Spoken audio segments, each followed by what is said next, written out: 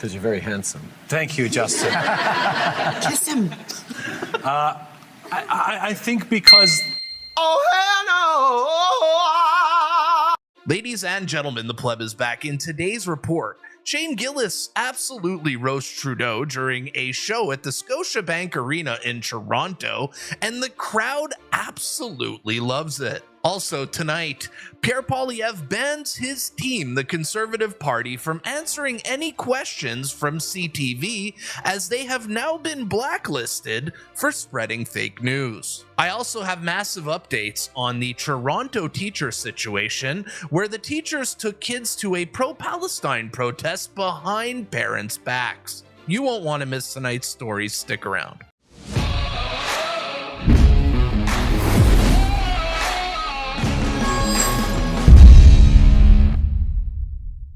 Welcome to your Wednesday report. I hope you guys enjoyed that intro as much as I did. Well, folks, it happened again. Another famous performer came to Canada and once again mentioned Justin Trudeau, and this time it wasn't boos. It was actually cheers, because this comedian had some really mean words to say about Trudeau, and well, the crowd really loved it. Let me just give you a warning first, that Shane Gillis calls Trudeau a word that can get me literally banned on YouTube.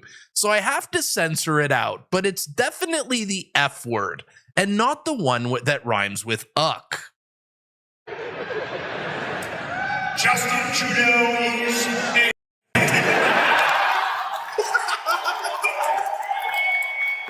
Man, he roasts Trudeau as Trump. Nobody does a better Trump than him. Let's play that one more time.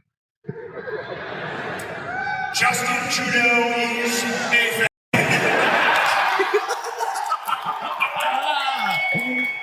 Man, I swear, any performer that comes to Canada could just trash Justin Trudeau and get the biggest applause from the crowd.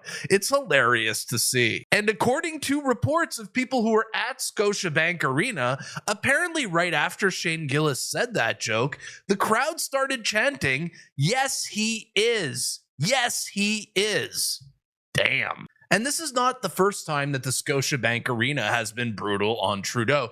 Who remembers this classic from a UFC event in Toronto in January?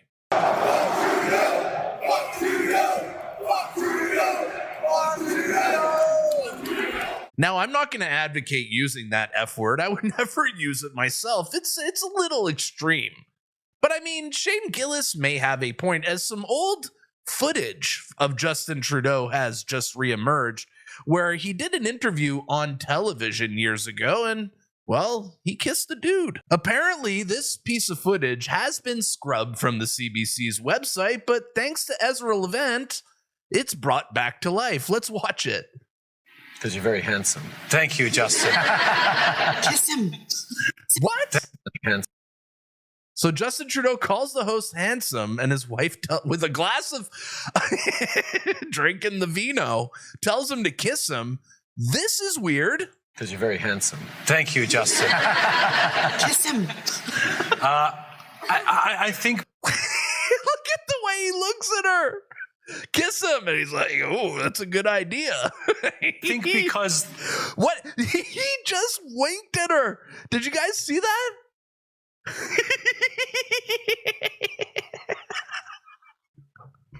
After she tells him to kiss him, he winks. That is so weird. Oh my God. Because you're very handsome. Thank you, Justin. Kiss him. I think because... Kiss him. And Trudeau apparently took that advice, or that command, to heart, as he started kissing Danny Turut, who wasn't the host, but I believe the showrunner. Yes, Trudeau kissed this dude on television, and the CBC tries to scrape this forever. And according to this article, in a follow-up episode, Danny Turut says he wasn't offended by Trudeau's kiss. When asked if Trudeau was a good kisser or not, his answer was, he speaks French fluently? What? How does that make any sense?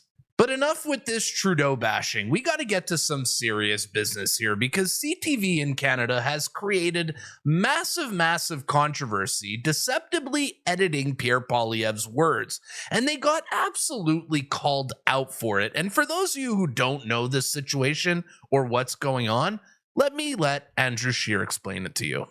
It's no wonder distrust in the media is at an all-time high. It's because Canadians are seeing more and more examples of how they twist the truth. But this one takes the cake. I've never seen anything like this. CTV News just got caught creating fake news. They were trying to promote a government talking point, and they took a clip of Pierre Poilievre making a statement about the carbon tax and giving Canadians a carbon tax election, and they spliced it together to do this. While the continuation of the plan appears safe for now, the events of the last week have raised new questions over the plan's future. That's why we need to put forward a motion. The Conservatives announced a non-confidence vote. That's why it's time to put forward a motion for a carbon tax election. That's why we need to put forward a motion for a carbon. The Conservatives announced a non-confidence. Pierre never actually said that sentence. This is the lengths that they'll go to try to protect the Liberals and take your attention off of the carbon tax and all the damage it's doing to Canadians. This is what Conservatives are up against. Not just the Liberals and NDP, but their friends in the media, the bought and paid for parliamentary press gallery that will do everything they can to present Liberal policies in a favorable light and make you believe things that aren't even true about the Conservatives. Next time you see a CTV news broadcast painting Conservatives in a negative light, ask yourself this one question. Did that even really happen? So yes, the CTV got caught lying once again, but this story gets even better because look at this. I have great news to report to you guys here. As I reported yesterday on X, Pierre Poilievre has banned all his Conservative MPs from answering any questions from CTV, from doing any interviews, answering any emails, any texts. CTV has officially been blacklisted by Pierre Poilievre. And I asked people if they support this move. And many of you did, as this post is going viral here with about 14,000 likes and almost 2,000 retweets. I think the people like this move. And in a crazy turn of events, apparently some people on a CBC panel agree with Pierre. You heard that right. A CBC panel agrees with Pierre. They've admitted the mistake. It was basically human error and incompetence, or that happens in this business, right? I'm not saying CTV News is incompetent. She's, I believe she's from the Angus Reid Institute. Carla Harrison, I believe. Is that it? Is that her name? Kate Harrison, sorry. But we all make mistakes in this business, and we apologize for it. And they published it, and their chief anchor said it on the show. But to demand that they apologize for the malicious nature of the editing, to admit to a malicious intent here, that's a demand that's difficult for a news agency to accept. I'm not. Why? Why is it difficult for news agencies to accept? They maliciously lied. Why can't they just say sorry or admit they were wrong? Why can the left never admit they're wrong? Sure that we should wave it away as just a mistake, because this is not a misattribution. It's not even taking part of the same sentence and applying it in a different context. Yep. This is taking a full paragraph, a variety of sentences that Pierre Poilievre said, taking bits and pieces from each sentence to craft a new sentence. Yeah. That is journalistic malpractice. Okay, so just, and I'm not defending this, I'm explaining this. The sentence that Pierre Poilievre said is, that's why it's time to put forward a motion for a carbon tax election. For whatever reason, they spliced together different things he said in that scrum to create. For whatever reason. Everyone knows what that reason is. Come on. The sentence, that's why we need to put forward a motion. Now, it's not like it was changed to him saying something outrageous. It's not a sentence he uttered. It does not say it's about a carbon tax election. And in the way it was presented in the story, it makes it sound like he wants an election to stop dental care. Correct. So I get why they feel they were taken out of context, and CTV admitted to that and apologized for it. But the suggestion from Mr. Poilievre's tweets that the Bell Canada corporate suite is somehow weaponizing its news agencies to get favorable treatment by the Trudeau government is a lot to say. I don't think that... Well, I mean, how much money are they receiving from the Trudeau government? Of course it's in their best interest to defend Trudeau. I mean, Hello, you're a journalist. You know how much money they're receiving. They're feeling that they've been taken out of context. They were taken out of context. Absolutely. And I agree. When you are the fifth estate, you are in the accountability game, just the same as politicians are. And a quick apology the same day for something that is so egregious that action to be taken is not going to be enough when we're talking about the table stakes of not favorable coverage, fair and balanced coverage. And that's all Conservatives are asking for. They're asking for fair coverage. They're not asking for glowing reviews. They just want the facts to be reported as they are. So I don't think that it is, delving into conspiracy theory. We had 3 separate sentences. A Frankenstein sentence emerged as a result. That deserves to be called out, and I think that should be called out regardless of who says it in the House of Commons or which journalistic entity makes such a bad decision. But she nails it. We're not asking for favorable coverage. We're just asking for fairness. True. And that deserves a special shout out to Kate Harrison, who had the courage to get on CBC and tell it how it is. Well done. In our next story of the night, I have a follow-up for you guys on the Toronto teacher situation where they brought the students to pro-Palestine protests behind the parents' back. Now, this is a story that many of you were very upset about, but thankfully, I have some updates for you, and I think you're going to like them. A very large group of pissed-off parents gathered in front of the Toronto School Board yesterday to basically protest against these woke teachers who just completely get out of line and continue getting away with it. We're finally seeing some pushback. Let's go watch the footage. This is my buddy Daniel Boardman reporting on site here. Let's see what he has to say. So we're outside the TDSB here where a massive crowd has shown up to protest the recent utter corruption, anti-Semitism, hatred perpetrated by the teachers. Look at this. Look at this, chat. Look at this. There's a Pierre Poilievre hockey jersey in the crowd. I like them already. Hatred perpetrated by the teachers and the administrators inside the TDSB. So what happened is the TDSB and the school board has now turned into a child indoctrination factory where they got students and they forced them on a field trip to go to a protest. Now that would be one thing to take kids to a political event, but the rot gets much, much worse. What they made the kids do is wear blue to signal them as colonizers. And if you've been in education, the one thing we teach kids, I remember in the 90s, you don't dress kids up in different groups to signify in-groups and out-groups. That's the lesson of the 20th century. You don't make people wear badges or certain colors to make them signify what they are, because that is the pathway to hell, and that is the pathway the TDSB and the Liberals and the NDP are leading us on right now. Look at that crowd. So you see hundreds came out, parents, students, and the like, to say, fire these teachers, investigate the TDSB, and get the rot out of Canadian schools. Boom. Hey, newsflash PSA to you woke dummies. I am not a colonizer. I was born in Canada. I belong here. I'm not going to spend my days crying about things that happened centuries ago.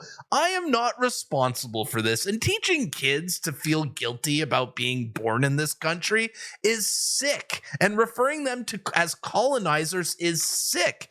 This wokeness has to go, man. It's literally destroying every part of our society.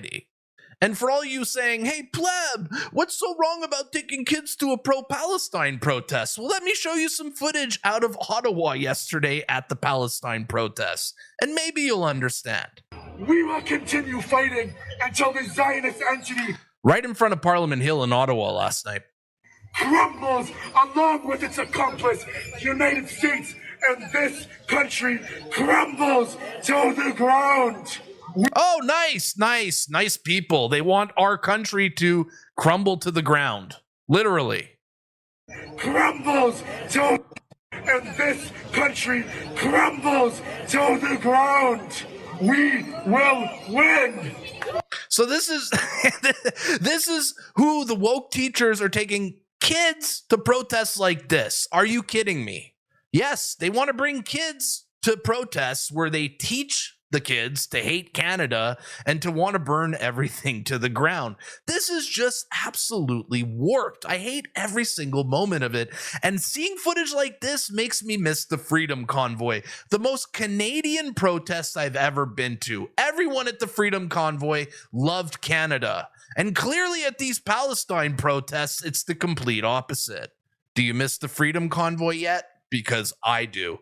And now these pro-Palestine protesters are employing another tactic here, as they are blocking roads in Toronto and Montreal to pray. They've been doing it for the last couple of months, and they're still doing it now. Here's some footage out of Montreal from last night. This looks like St. Catherine Street near Peel, right in the core of downtown, Montreal's main drag.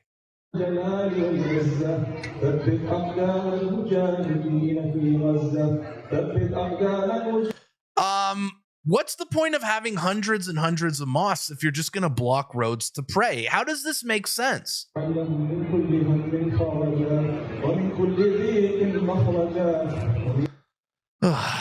the same thing happened in Toronto last night, where they once again blocked the roads in the downtown core, something they've done many, many times this year already.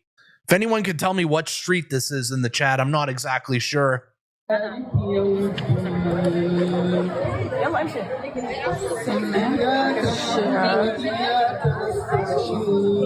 Why do our roads need to be blocked for this? What, other than maybe a sign of dominance, why do they have to block the roads and not do this in a mosque or do this at a park? Why do they need to be a nuisance doing this? Praying together?